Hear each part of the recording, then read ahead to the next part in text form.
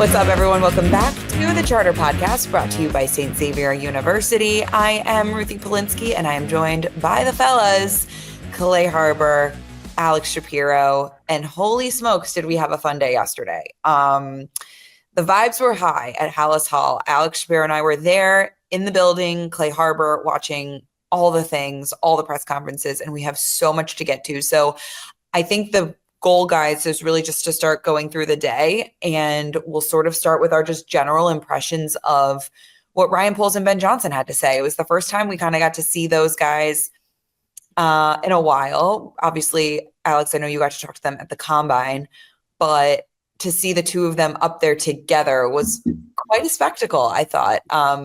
Alex, what was your biggest takeaway from the way Ryan Poles and Ben Johnson spoke? Obviously, yesterday was just focused on three of the new signings in Grady Jarrett, obviously Joe Thuney, and Jonah Jackson.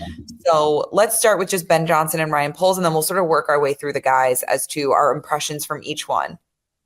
Yeah, two happy dudes who just seem to know our trenches got so much better. And to be honest, I mean, they did.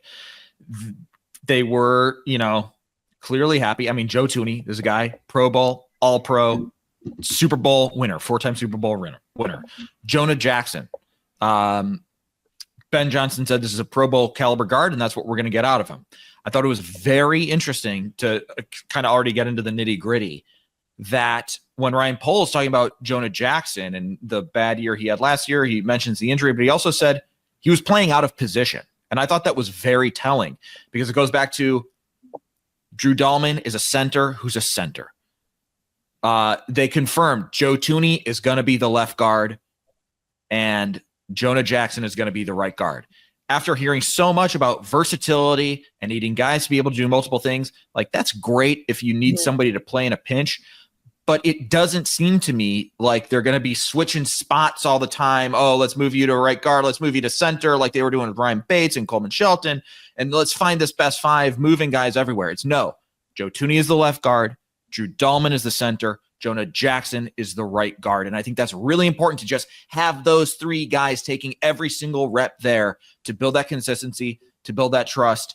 And then, just talking about, not necessarily a surprise, but you kick tires. Hey, is this guy available? And then all of a sudden, oh, Joe Thuney is available. Oh, let's make this happen. And they did make this happen. And then the same thing with Grady Jarrett. Ryan Poles said he called his guy Matt Ryan from the Falcons because they were buddies at Boston College. He's like, tell me about Grady Jarrett. And then they made that Grady Jarrett deal happen so quickly. So as you said, vibes were high at Halas Hall.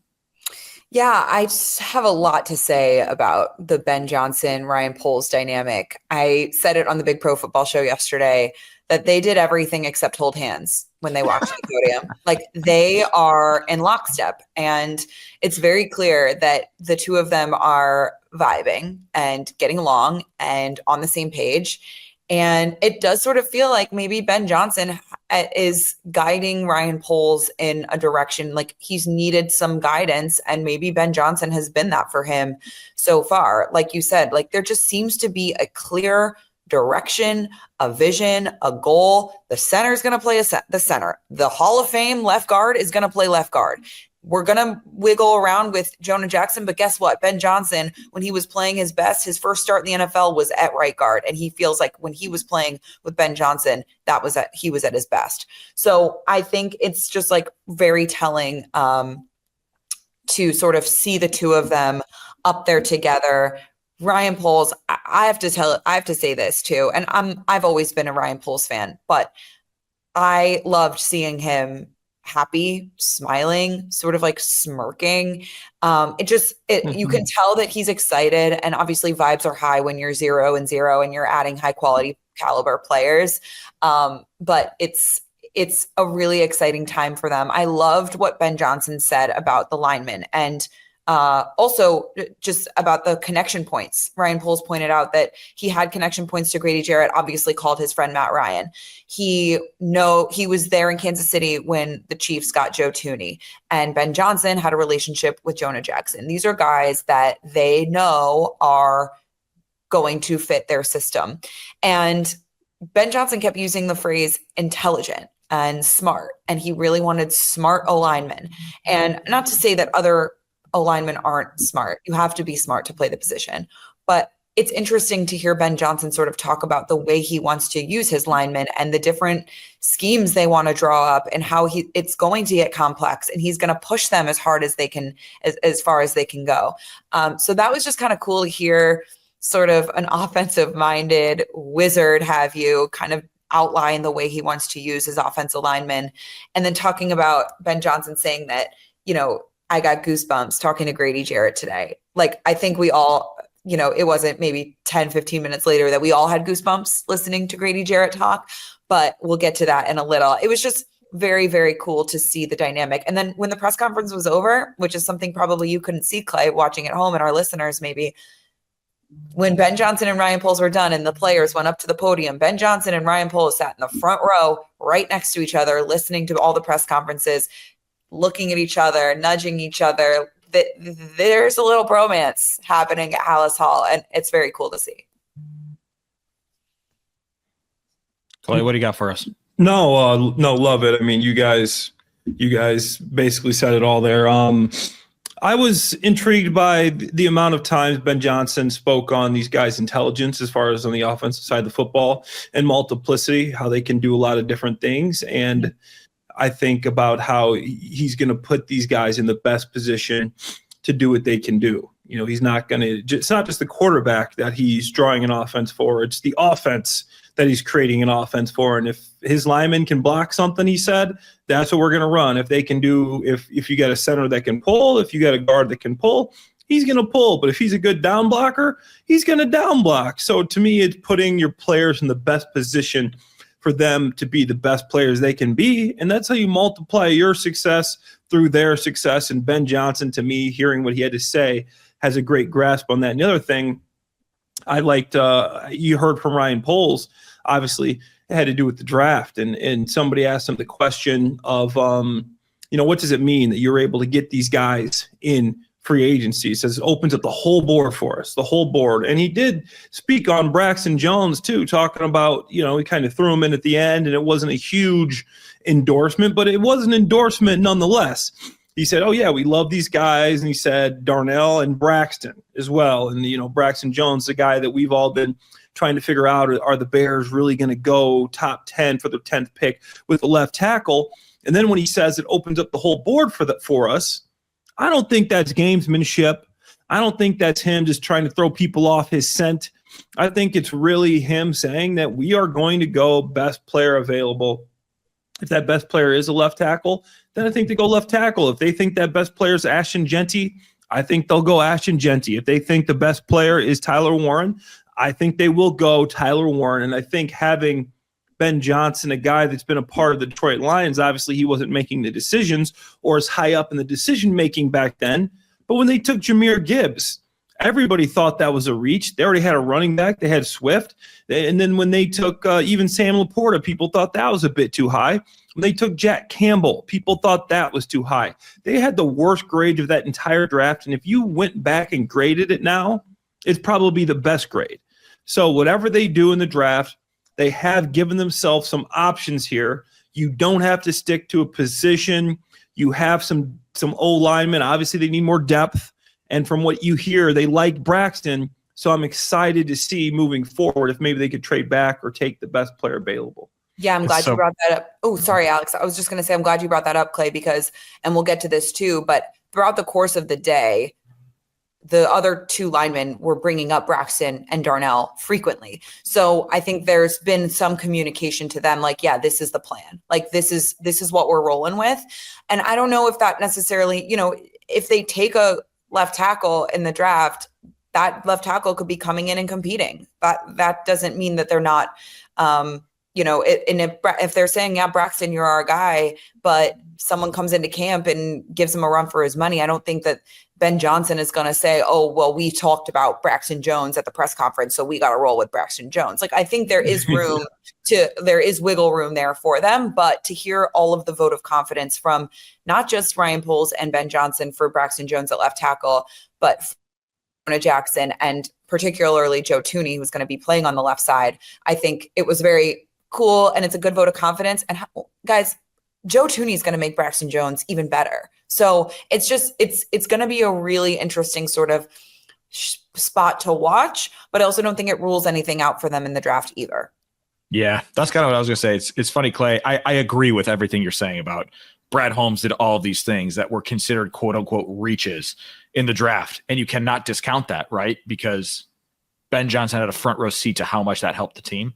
However, when I heard that answer, the only thing going through my head was smoke screen. Like we are in lion season. And I am not calling Ryan Poles a liar. I am talking the entire NFL, right? This is just the way of the world. And, that was like, of course he's not going to tell us.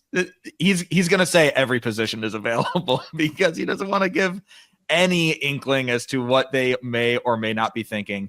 And even with I'm just going to underline what Ruthie said, even with the votes of confidence for Braxton and Darnell, I don't think you can hear that and take tackle off the board at 10. I don't think you can take tackle off the board, with 39-41, whatever.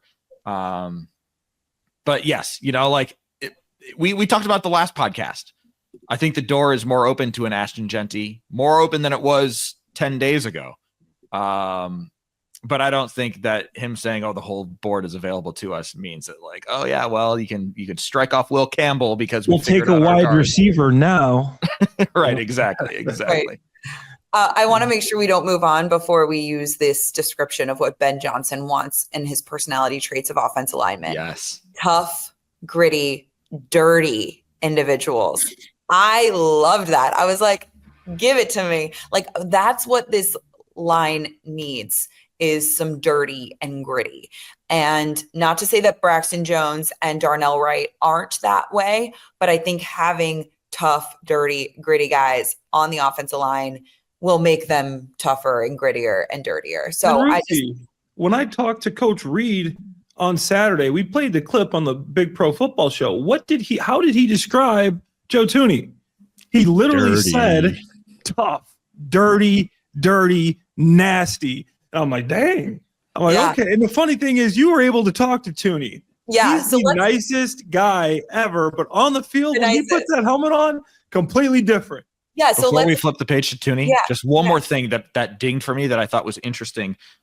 Ryan Poles made a specific shout out to Kevin Warren starting a bi-weekly finances meeting and how that helped them have clarity. So I just think this is something we talked about with Ben Johnson earlier. I think improved clarity in the organization may be a something that's helping them in free agency, right? He talked about Ben Johnson has this clear vision of what he wants from every single position, laid out all the traits, laid out all the other thing. It helped them do the personnel.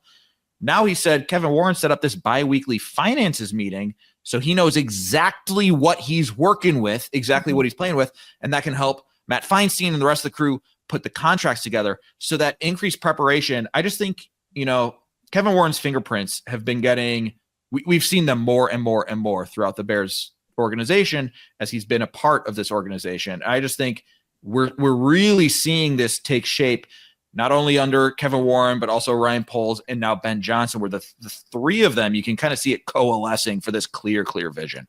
I was going to bring up the Matt Feinstein shout out, who was recently promoted as well. And Ryan gave him a shout out for the cap situation and the Kevin Warren shout out. But did anyone else catch that Ben Johnson gave Ian Cunningham a shout out? Oh, yes. Yeah. That was interesting.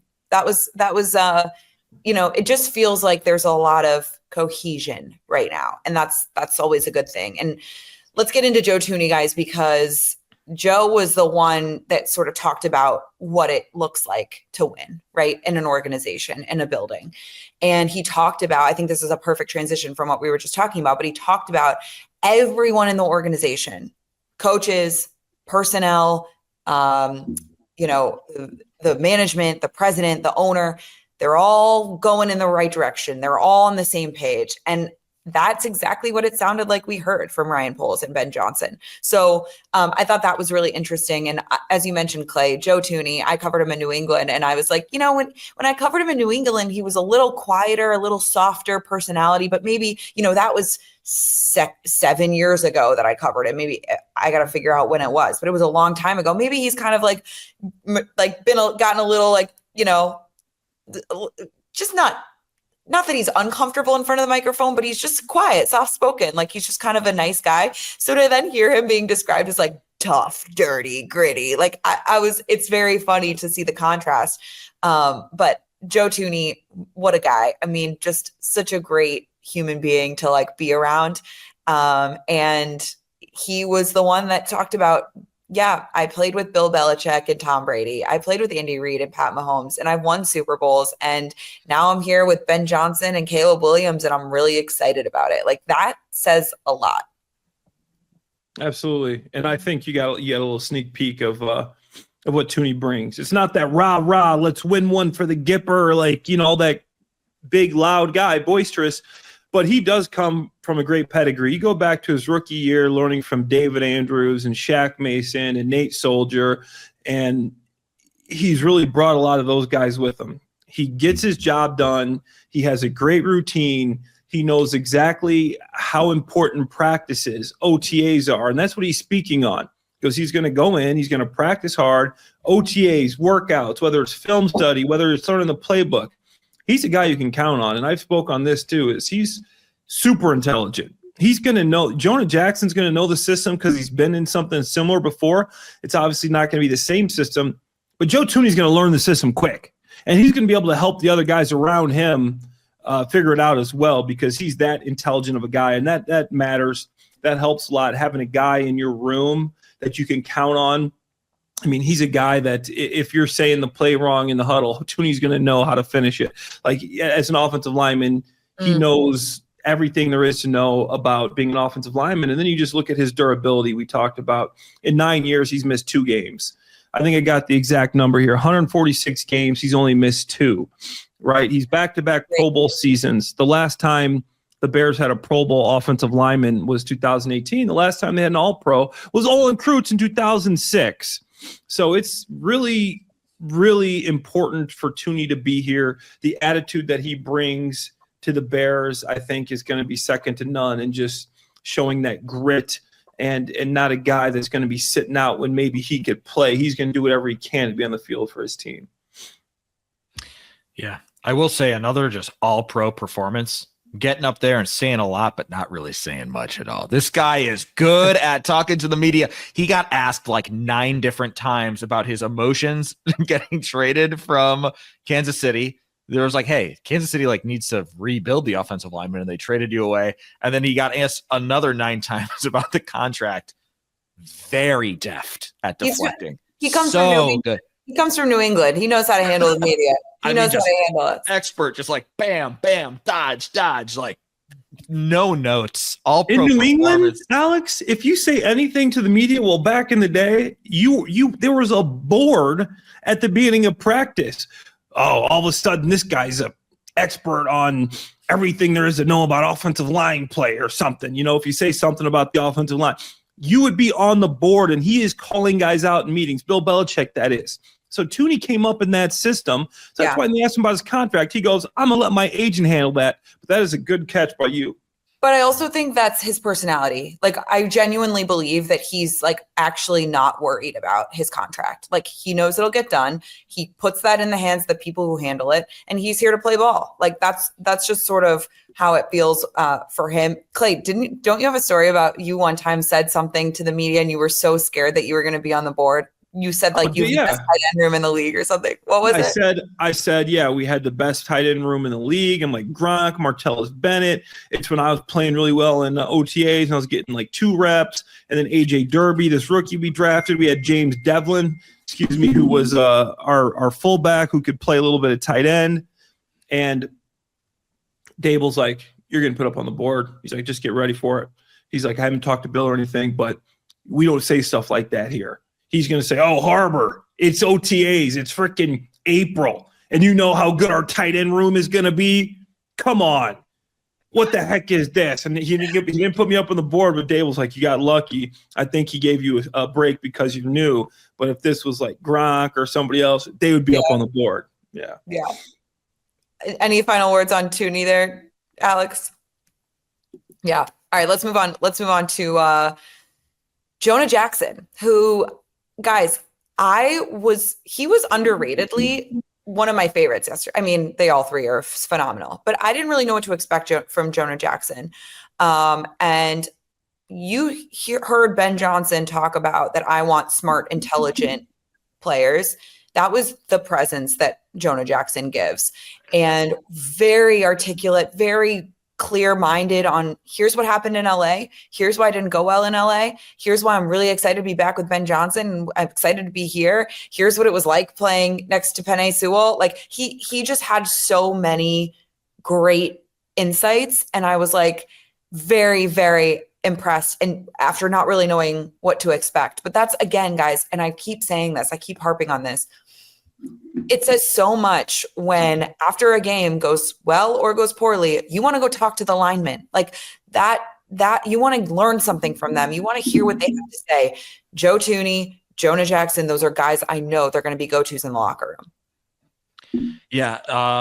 And what really came across, not just with Jonah Jackson, but also with Thuney and with Grady Jarrett to a degree, is the love on Jonah Jackson's part, the love for Ben Johnson and the excitement to play for Ben Johnson. He was like, I mean, you saw our offenses. We're putting up 40 points. Everything's fun. He's like, his play calling is so great because, you know, it's so hard to tell what's coming. I believe he said he's like a wizard. So that really came across, his excitement to reunite with Ben Johnson. You said it off the top. He was like, listen, my best ball was under him. He's going back to guard where he feels good. Ryan Poles said he was playing out of position. Jonah Jackson kind of hinted like, can I play center? Yes, I think I can play center. But like, I'm a guard. Mm-hmm. And then the other thing that I thought was great, and this went beyond the typical just, oh, great player, looking forward to meeting with him, good tape. He had some really strong praise for Darnell Wright where unprompted, I mean, the question was about Darnell Wright, but unprompted, he was like, reminds me a lot of the guy I played, you know, next to in Detroit, Penei Sewell, big, freak, athletic, strong. So he kind of rattled all of that stuff off. So I agree. Like he also, I mean, Grady Jarrett stole the show. We're going to get to Grady Jarrett, but Jonah Jackson was also very impressive on that podium and clear, just so excited to be here and be back with Ben Johnson. I think not Grady Jarrett. I think Jonah Jackson actually looks a little bit like Darnell Wright. I'm like, man, is that Darnell Wright up there? He got it. Like, who is it? I'm like, what's Darnell Wright pretending like he's Jonah Jackson for? But you said it, Alex. I think that's not just players speaking just to say stuff. When you're a guy that's a veteran in this league and you've played next to a guy like Penei Sewell, to say something like that, I mean, that means something. That's the respect as a player that you want to hear from another player, a guy that's on the field. He's seeing the live bullets coming in. He knows what it's like to get a call, you know, in the middle of a play, the ball's being snapped, you got a blitz coming, you're run blocking against, J.J. Watt, whatever. He's saying this guy reminds him of Penei Sewell, the best right tackle in the game. That's a big deal for a guy that's played with him for as long as he has. And then another thing on Jonah Jackson was he seems like he's very willing to play the right side. And, you know, as a tight end, I in college, I only use a right-hand stance, even though it's on the left side of the line. So coming in the NFL, they said, okay, you got to do a left-handed stance. And it took a little bit to get used to it. The steps are a little bit different. But when you're a tight end, you have to play both sides of the line. So you kind of grow up doing it. You grow up in the NFL, obviously, doing it. But there is a little bit of a difference. I think it won't be that big of a deal for a guy, a veteran like him. And he did say his first two games against Chicago and Green Bay, he played right guard. So he has a little bit of experience doing it. And I think playing in between Drew Dalman and Darnell Wright is going to help him out there a lot. My only thing with Jonah Jackson, I think I've alluded to, it doesn't have to do with this press conference, is just I'm not sold on his ability to stay in the field. I think he will do great with Ben Johnson, and I loved his answers for, you know, what happened last year. A lot of people were interested. Why did last year happen? You know, he said it was a blip in the radar, and I'm going to come back sharper and stronger. Love the answer. And with his fractured shoulder, said it was a freak accident. Could happen, you know, anytime. It could happen in a car accident. But he's missed a lot of games previously to that, and it kind of gives me a little bit of Tevin Jenkins vibes just how this guy isn't that available. So I think they need some depth behind him. When he's on the field, I think he will come back to a high level because he is playing with Ben Johnson. But depth, I think, will be a necessity. Is that where Ryan Bates fits in? Yeah, Bates. Yeah, Bates is still on the roster. For some reason, I keep forgetting about Ryan Bates, but you're exactly right. Bates is a guy that he's a veteran, and he's a guy that can play right guard, left guard, even center. So that will provide them some depth. Good call, Ruthie. Yeah, interesting. I want to make sure that we talk about the Jonah's praise for Ben and the way that he said, I was at my best when I was with Ben. And I think that is just, again, this goes back to this sort of like, everyone wants to play for Ben Johnson right now. Like, that's a huge vote of confidence. And, we talk about, when we were talking about the whole coaching search, I was a big Mike Vrabel, like, get Mike Vrabel here, because you wanted the rah-rah sort of disciplinarian, like, this is how we're going to do it.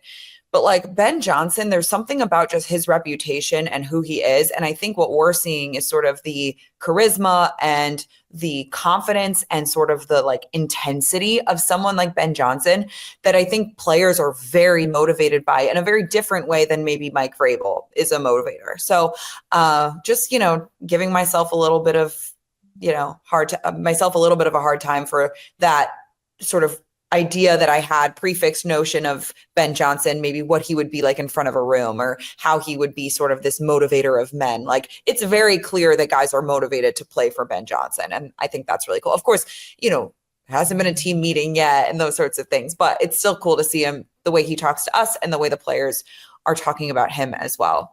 All right, guys, let's get to Grady Jarrett because, man, I had a smile smacked across my face that entire press conference. And you knew coming here that he was a leader, that he meant so much to the community of Atlanta, 2-time Walter Payton nominee. This guy is someone who cares deeply, not just about football, but about the world and people. And it's someone that I think we were all very excited to meet. But listening to this man speak was one of the more entertaining press conferences I've been a part of since I've covered the Bears the last 3 seasons. So I am very much looking forward to getting to know him more. But what really struck me was his pride and excitement to be a part of the history and what it means to be a Chicago Bear. That to me was very, very striking. I have this in my notes. The pride I have in this place, I didn't know I had it until I walked into this building. Like, he gets it. Okay. I have goosebumps just like saying it again. And, obviously he didn't shy away from his age. He's going to be 32 in April. This is someone who says his best football's in front of him. He had the ACL in 2023, came back, played a full 2024, but feels like he could be better from, someone asked him yesterday about, year 2 after the ACL is when people really feel like they're back to themselves. He said he wasn't really sure if that's necessarily true for him in 2023, but he knows that regardless, every year he's getting bigger, he's getting better, he's getting stronger. And the trash talk, let's go. I mean, everyone's seen the viral clips of him with Jordan Love. He was asked about it again yesterday by Herb Howard, our friend. And the answer was just electric. This is a guy that I think this defense needs, someone like that. They need a personality. They need a leader. And he's going to bring that every single day. And in that answer, this is the belief, which is incredible, right? That I'm going to be bigger. I'm going to be faster. I'm going to get stronger. Like, even in that answer about the trash talk, he gives you a window into that mindset where he's like, yeah, I ran him down 50 yards. So I was fast then. And that was 2 years ago. So, I'm going to be faster now. Like, great comment. Like, exactly. It's just like, oh my God. Yeah. You are truly dedicated to getting better, even though you're on the other side of 30. And then, just the way he commanded that room, you can get a sense of how he is going to command that locker room. I was sitting there watching him thinking this is the exact player that the Bears need to flip this culture.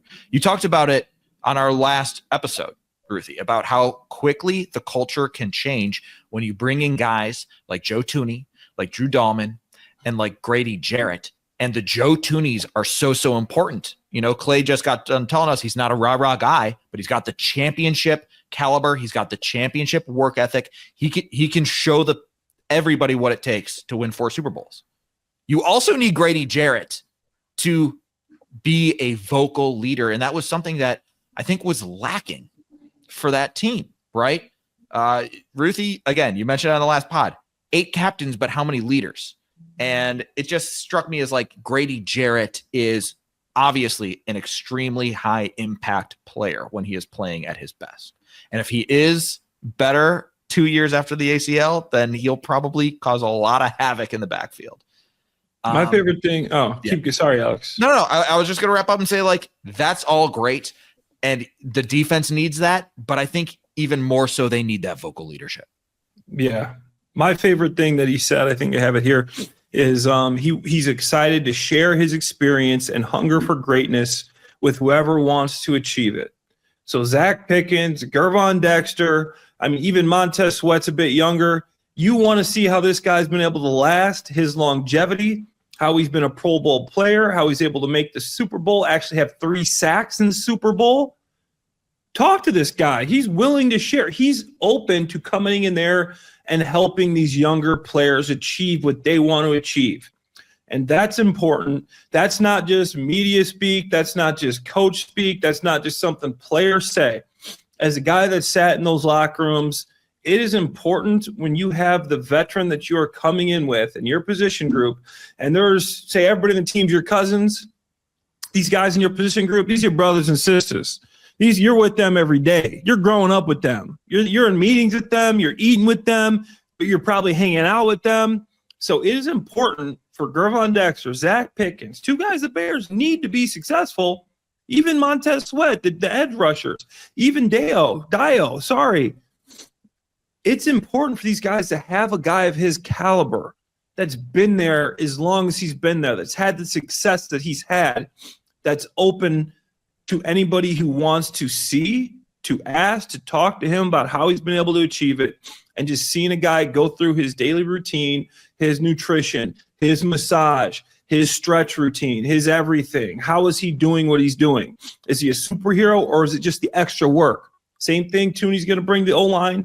He's going to bring to the D-line, and he's also going to bring that extra juice, that extra energy, because he is that vocal guy. He is that guy that kind of feeds off the energy of him trash talking and stuff. And I think that's also a lot of fun too, and does bring an element of fun and an element of energy to a practice and a game. Yeah. And the hunger at age 31, almost 32 is really what stood out to me. He's hungry. He was in that Super Bowl, but we all know what happened in that Super Bowl. And I think it's one of those things where this man wants to win. He, on the defensive side of the ball, was had glowing praise for Ben Johnson. It's like, love seeing what Ben Johnson did in Detroit. So excited to play for him. He said, I'm in a special place at a special time with special people. And that's really, I think it says it all about him. And just listening to him, he doesn't have to tell you he's hungry. Just listening to him, you hear his hunger to win and to do more. And he says, Atlanta's always going to be my home, but like, I already am just so excited and like to be a part of Chicago and the community here. So that's someone that I said this on the Big Pro show yesterday. Does he have a jersey number yet? Because fans are going to flock. Is Billings going to give it up? Who gets 97? Big Bill. It's not like he's a rookie. No, he's got an extension with the Bears. He's respected in that locker room. Who gets 97? Yeah. Big Bill? Yeah. Grady Jarrett. It'll be interesting to see how they handle that. But if one has a C on his chest, it might be a little, there might be some, not too much debate there. But those. I'm sure some money will exchange hands in one direction or another. Right.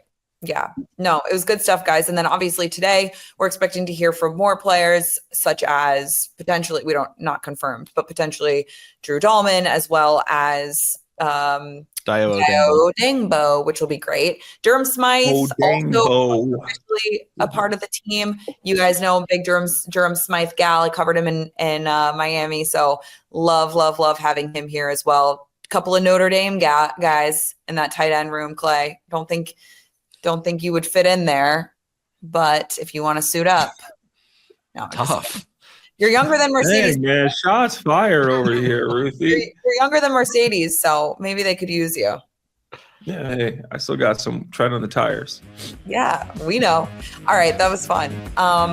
Good stuff, guys. We'll continue to recap all these free agent signings, trades, all the things right here on the Charter Podcast. But that's going to do it for this edition, brought to you by St. Xavier University. We will see you next time.